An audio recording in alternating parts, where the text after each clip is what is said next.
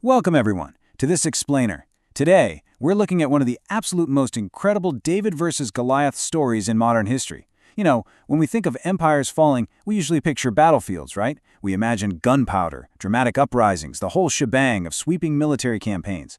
But today, well, we're going to explore the story of a man who proved you don't actually need a single weapon to challenge the largest empire on Earth. Literally, not one. You just need data, relentless organization, and an unshakable belief in justice. His name was Dadabhai Naoroji.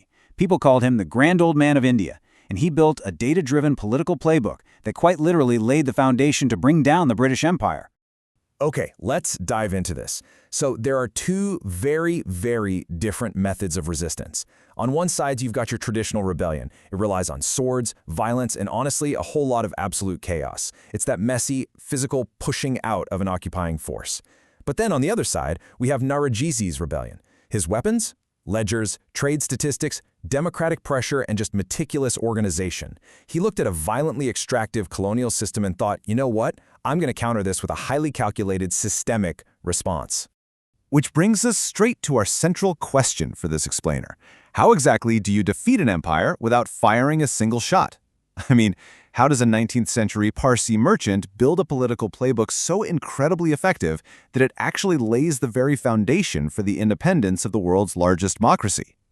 To understand that, we need to trace exactly how he diagnosed the disease of colonialism. Section 1. The diagnosis, tracing the exploitation. So born into a Parsi merchant family in Bombay back in 1825, Naoroji developed a remarkably sharp eye for a ledger. Traveling back and forth between India and England early in his career, his merchant brain just immediately recognized that the math of colonialism, well, it just didn't add up. Indian raw materials were being extracted, shipped off to England, manufactured into goods, and then sold right back to Indians at this massive premium. So by the 1850s, while living in London, he began a rigorous, systematic study of India's economy. He dug through trade statistics, he traced the actual flows of money, and from this deep dive into the data, he formulated a completely revolutionary theory. He called it the drain of wealth. He argued this wasn't just, bad economic weather. It was a deliberate, systematic extraction. Indian resources were being siphoned off to Britain, not as shared investments, not as mutual trade, but as pure tribute.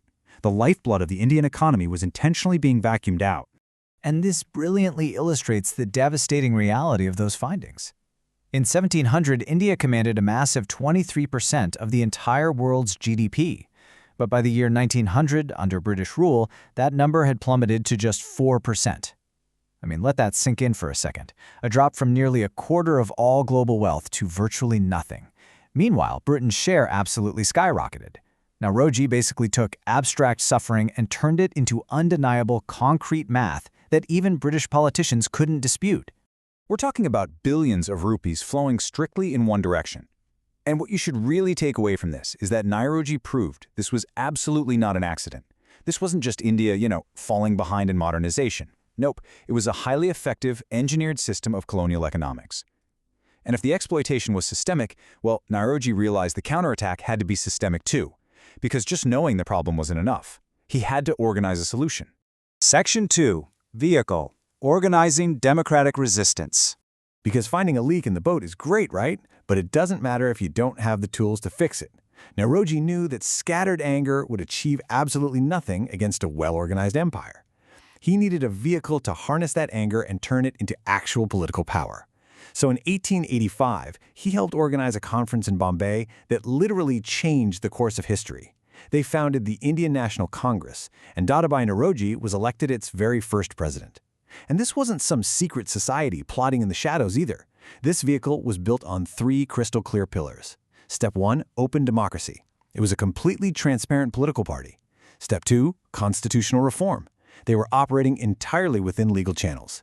And Step 3, nonviolent pressure. He insisted quite firmly that they could force the British to listen through the sheer power of democratic argument and unified organization. The absolute core of his organizational genius was this unwavering belief. Organized political pressure is far more powerful than sporadic violence. Now, a lot of the radicals of his time thought he was incredibly naive. They wanted immediate, violent rebellion. But Naoroji, he totally rejected both violent extremism and servile submission. He chose a third path. He understood that a disciplined, unified voice, relentlessly applying legal and democratic pressure, was truly the only sustainable way to dismantle a modern empire. Section 3. The infiltration. Hacking the system. Let's see how all of this builds into the absolute most audacious phase of his playbook. Once he had the data and once he had the organization, Naoroji decided to take the fight directly to the belly of the beast. He was going to use the British Empire's own political system completely against itself. Just tracing his remarkable journey here. Born in Bombay in 1825, spending the 1850s tracing money flows in London, and of course founding the Indian National Congress in 1885. But then, in 1892, at the age of 67, a time when, let's be real, most people are just looking forward to a quiet retirement, he does the unthinkable. He runs for election to the British Parliament. Just think about the incredible odds here. An Indian man in his late 60s running for office in an overwhelmingly white, male imperial establishment. And against all odds, no way he actually wins. So the crucial point is exactly what this meant, both symbolically and strategically. He became the very first Indian ever in the House of Commons. Now, he was actually elected to represent a British constituency, but he utilized that specific seat to fiercely demand Indian independence. Conservative British politicians were, as you can imagine, absolutely outraged. I mean, how dare a colonial subject sit among them as an equal? But Naoroji didn't back down for a second. By physically infiltrating their parliament, he proved Indians could compete on the world stage, and he exposed the sheer hypocrisy of a so-called democratic empire that actively denied democracy to its subjects. Section 4. The ethos, the moral argument. But here's the thing. Raw data and clever political hacks, they only get you so far. To build a movement that truly spans generations, you need a soul. Naoroji anchored his cold, hard economic data to an absolutely unshakable moral foundation. He summarized his ultimate stance to the British public by stating, "Colonialism is not just economically exploitative, but morally wrong against the liberal values of justice and equality." I mean, this is just brilliant strategic framing. He essentially weaponized British liberal values against them. He stood right before British audiences and basically said, look, if you truly believe in justice, if you truly believe in democracy and equality, then you simply cannot support this empire. He demanded that they actually live up to their own stated ideals. Dadabhai Naoroji passed away in 1917, dying before he could actually see a free India.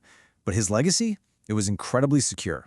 We can trace a direct line from his blueprint to the ultimate execution of Indian independence. Naoroji provided that blueprint, the irrefutable data, the institutional structure of the Indian National Congress, and the moral clarity of nonviolent democratic resistance. He tirelessly mentored younger leaders, and when Mahatma Gandhi took the reins of the independence movement in the 1920s, he didn't have to start from scratch. He inherited this perfectly structured organizational vehicle that Naoroji had built.